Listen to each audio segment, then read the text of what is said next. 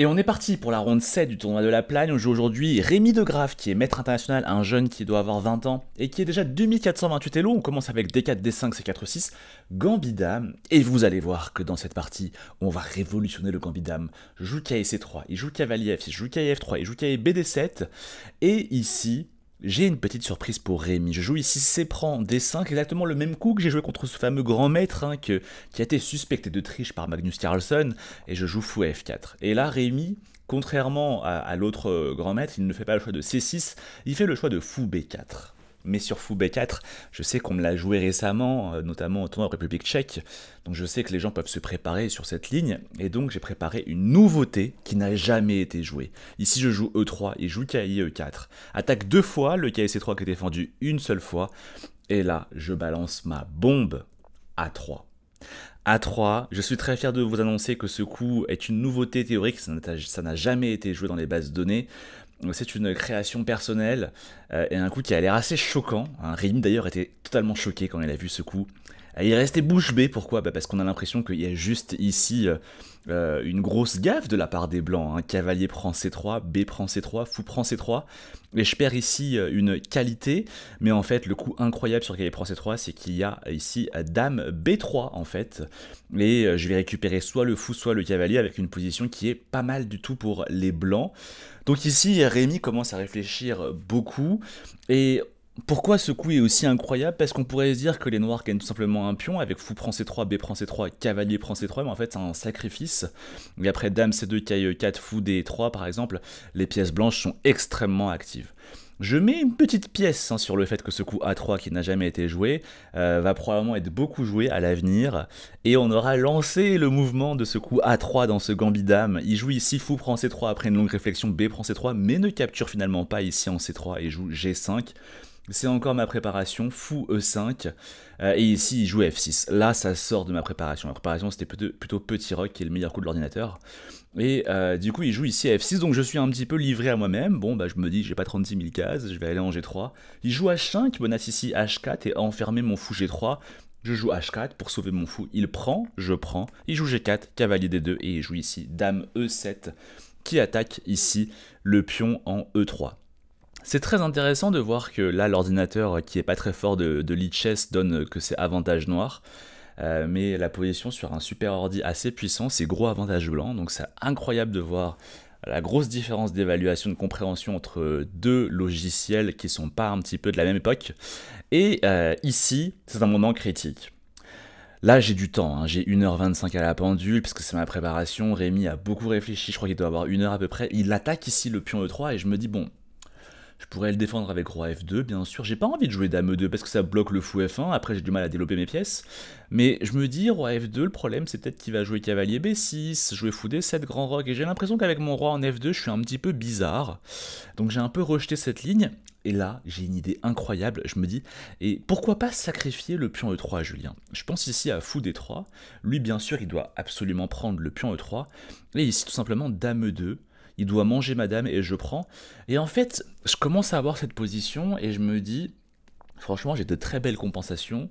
J'ai tous mes pions qui sont sur case noire et du coup, son fou de case blanche, je peux jamais attaquer mes pions. Lui, ses pions, ils sont sur case blanche. Le pion H5, il est vachement faible. J'imagine plus tard que je vais redéployer mon KD2 en F4 où il sera vraiment très très très puissant. Ses pièces ont du mal à se développer. Je vais mettre mes tours au centre, commencer à attaquer son pion F6, attaquer son roi, etc. Et j'ai l'impression que c'est une superbe finale pour moi, même si j'ai un pion de moins. Et du coup, ici, je prends à main et je joue fou D3. Et là, Rémi, il n'hésite pas 2 secondes. Il joue dame prend E3, je fais dame E3. Dame E2, je prends, il prend, je prends. Et là, il joue roi F7 immédiatement. Et là, je commence à regarder la position et je me dis, en fait, est-ce que j'ai vraiment des compensations? Et je me rends compte que c'est pas si simple. Pourquoi? Parce qu'au début, moi, sur roi F7, je voulais jouer un coup comme tour F1, puis doubler les tours tout simplement et mettre énormément de pression sur le pion F6. Et tout d'un coup, je me rends compte qu'il y a tour E8 échec. Et si je vais en D1, le problème c'est tour E3, et la tour s'infiltre, attaque le pion G3, ça va pas. Et si je joue roi F2, le problème c'est qu'après, du coup, mon roi empêche mes tours de doubler et mettre la pression sur le pion F6. Je me rends compte que tour E8, c'est une grosse menace, suivi de tour E3. Et là, je me dis, mais c'est quand même pas possible, quoi. t'as beau avoir une préparation de très très haut niveau, t'as joué une nouveauté incroyable, et tu gâches tout avec. Et dès que c'est à toi de jouer un ou deux coups par toi-même, tu fais n'importe quoi. En fait, je me dis, c'est quand même incroyable. Et du coup, je me dis, bon, j'aime pas du tout ma position et j'essaye de mettre en place un plan. Et là, je me dis, ok, très clairement, le cahier des deux ici il doit venir en F4. Donc, comment je le mets en F4? Et donc, ici, je pense à un chemin, c'est cahier B3, cahier C1, cavalier E2 et cavalier F4. Donc, je me dis, ok. En plus, il faut aussi que je trouve un refuge pour mon roi qui va se prendre le tour E8 échec. Donc, ici, je pense à cavalier B3. Mais je suis un peu dégoûté, je vous dis, parce que voilà, j'ai l'impression d'avoir un petit peu gâché mon ouverture et grosse erreur d'évaluation sur cette finale qui en réalité, j'ai pas de compensation. Donc je joue cahier B3, Rémi, tout d'un coup commence à beaucoup réfléchir. Et là je me dis, bon, j'ai peut-être pas de compensation, mais bon, s'il réfléchit, ça m'arrange. Il a qu'à réfléchir autant qu'il veut. Et après une longue réflexion, ici, il joue le cahier B6. Et là, je commence à prendre conscience que j'ai vraiment une poubelle. J'ai vraiment une poubelle parce que de base je voulais faire roi D2 pour libérer le chemin ensuite pour que le cavalier pour qu'il puisse venir ici en F4. Mais là je vois le coup de K et C4 échec. J'avais prévu de prendre, il reprend et de faire K et C1 pour ensuite faire transférer mon cavalier ici en F4. Mais là je vois le super coup C5. Et en fait, il est en train d'ouvrir totalement ma position et mon roi va devenir super faible avec les tours noirs qui vont arriver au centre. La position s'ouvre, ce qui favorise aussi le fou par rapport au cavalier. Donc je me dis bon bah je suis très très mal, mais je vois pas d'autre solution et je réfléchis ici 20 minutes, mais je me dis bah de toute façon j'ai pas le choix. Il faut, comme je l'ai dit dans une vidéo présente, il faut accepter sa poubelle. Donc ici j'accepte ma poubelle, je joue roi D2 et là je suis choqué. Rémi joue immédiatement fou D7, qui pour moi est pas un bon coup, donc je joue KS1 et il joue KS8 et je me dis waouh, c'est super lent ce qu'il fait. Donc je joue KE2 et je joue C6 et je me dis waouh, enfin tout d'un coup j'adore ma position, je fais cavalier F4, je comprends pas ce qu'il a fait ici Rémi. Mon cavalier a été transféré en F4, il m'a laissé tout le temps du monde. Je menace fou G6 échec, je vais manger ici le pion H5 et je me dis ouais mais en fait ça se trouve les blancs sont beaucoup mieux maintenant vu comment il a joué. Sauf que Rémi ici il joue immédiatement tour H6. Et là, je me dis, ok, tu joues immédiatement, mais ce coup est tellement moche, parce que je me dis que sa tour est vachement bien bloquée par ses pions, et donc, je pense que j'ai largement des compensations ici.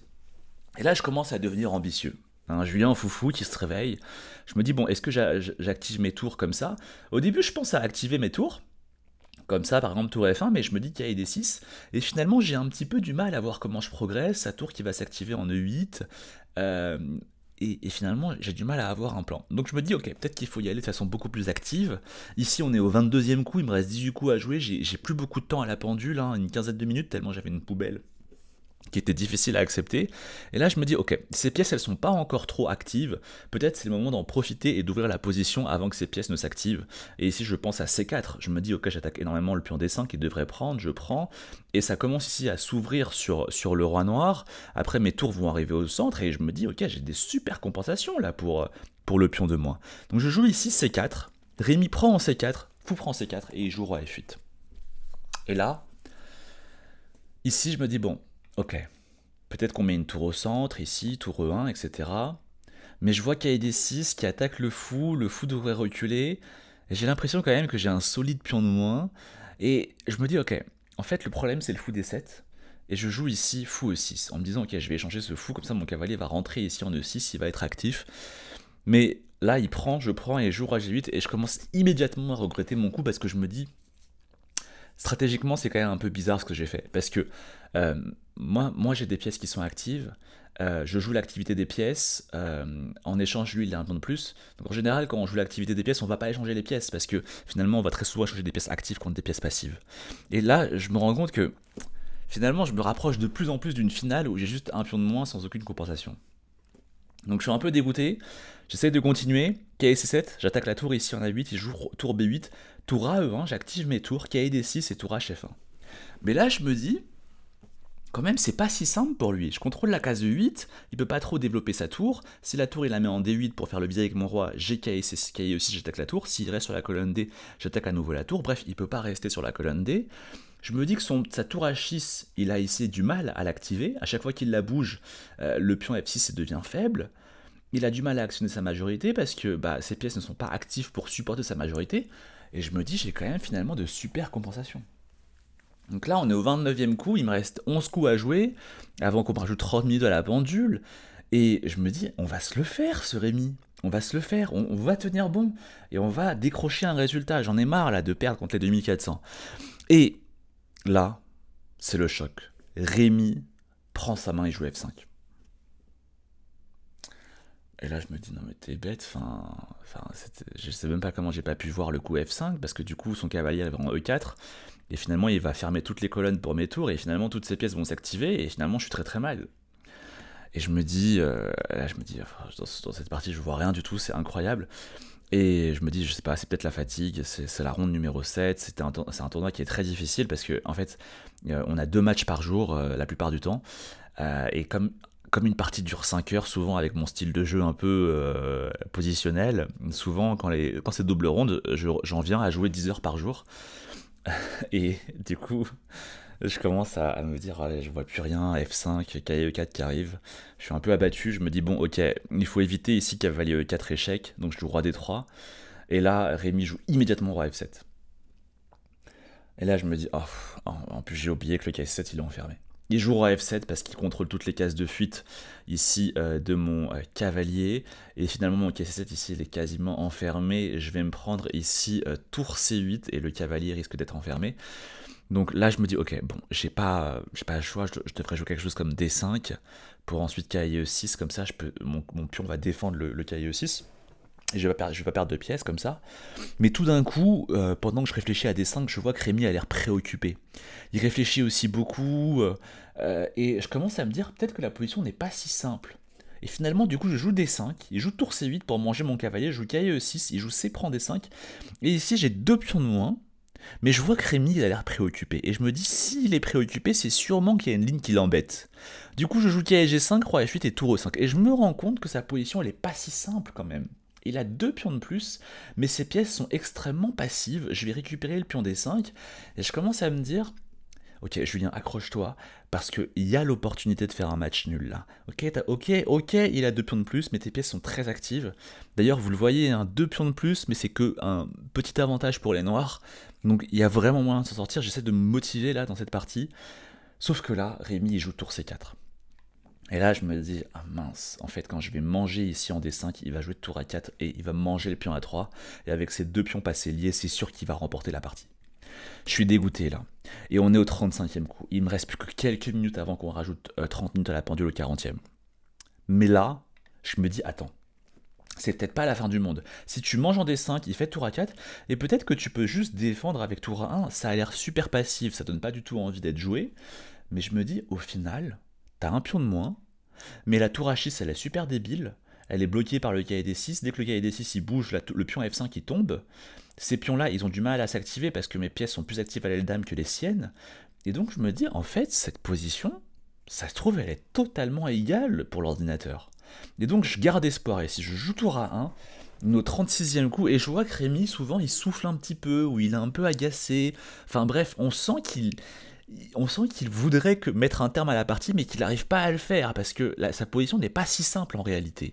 Et ici, il joue roi E7. Et là, je me dis, attends, mais roi E7, trop bizarre ce coup, je fais tour E1, échec, le roi doit revenir là, s'il revient là, moi je peux revenir en A1, et je me dis, ok, s'il va en D7, c'est sûr qu'il y a cavalier F7, et il y aura des thèmes tactiques, etc., je vais lui remporter cavalier D6. Donc là, je me dis, ok, il joue trop mal, tour E1, échec, et là, il me joue immédiatement roi D7. Et là, je me dis, non mais c'est pas possible, t'étais vraiment bien, t'étais enfin revenu dans la partie Julien.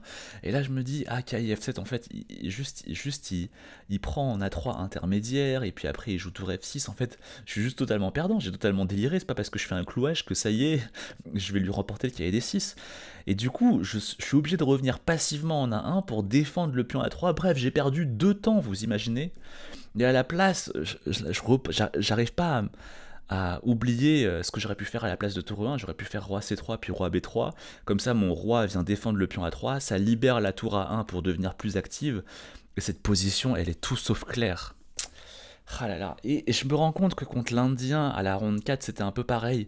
Des fois dans les positions difficiles j'ai tendance à un peu trop être défaitiste, Et Guillaume, qui avait analysé mes parties triple B-check, m'avait aussi dit un peu la même chose, hein. Souvent, quand je dois défendre, ça s'écroule tout de suite ma position. Il faut que je devienne un peu plus indien dans l'esprit quand je dois défendre des mauvaises positions. Là, j'ai craqué trop vite, tour E1, vous voyez. Et du coup, je dois revenir passivement en A1 et il joue B5. Et là, j'ai perdu 2 temps, c'est horrible. Là, je me dis quand même, ok, c'est pas fini, parce qu'il y a quand même la tour A6 qui est toujours passive, le quai D6 qui est passif, donc je joue ici tour D4 pour échanger sa seule pièce active qui est la tour A4. Et ici, on atteint le 40e coup, et on a cette position qui est finalement pas si claire, hein. Encore une fois, il a un pion de plus, mais j'ai de l'activité. Ici, je joue K et C4, et là, je me dis, ok, attends, mais il n'y a pas A4. A4 et tout d'un coup le pion B5 il est en prise, il peut pas manger parce que le KSC3, KSC4 il est en l'air, et s'il joue A6, je prends, il prend tour A7, tout d'un coup ça s'active énormément de mon côté et c'est sûr que c'est égal, et je me dis mais il a fait une gaffe là, donc je joue ici tour A4, je suis très confiant, mais Rémi bizarrement, quand je regarde son langage corporel, il a l'air plutôt serein, et ici il joue tour A6, j'avais manqué ce coup. J'avais manqué ce coup et en fait je peux pas manger en B5 parce que ma tour en A1 elle est en prise et il menace très prochainement de récupérer ici le pion A4. En fait il menace de bouger le cavalier et ensuite tranquillement de récupérer le pion A4. Je joue ici cavalier F7. Je joue roi E7, ça répète un petit peu, il joue avec mes nerfs, le Rémi il fait genre il répète mais finalement il joue ici KE D6. Et en fait si je prends, il prend de la tour et cette finale de tour elle a l'air quand même assez perdante pour moi. Donc je joue ici cavalier E5, roi E6 et A5 pour pas perdre mon pion. Mais maintenant il vient en E4, il va aller manger le pion G3, joue KD D3, échec, il mange en G3, là j'ai vraiment 2 pions de moins. J'essaie d'activer ma tour, cavalier F4, il va manger le pion A5, et là je me dis ok, il y a peut-être un peu d'espoir. Parce que pendant qu'il va manger le pion A5, peut-être que je vais activer ma tour, activer mon roi, et avec mon roi, ma tour et mon cavalier, peut-être je vais réussir à mater le roi noir. Donc je joue roi D4, il joue tour A5, tour C6, roi E7, cavalier G6. Et vous voyez le roi est un petit peu dans un réseau autour de mes pièces, je reprends espoir, mais ici, après roi D8, j'ai l'impression que j'ai quand même plus grand chose pour attaquer ce roi. Je me bats encore quelques coups, mais très vite, je finis ici par abandonner. Défaite à la ronde 7 de la Plagne.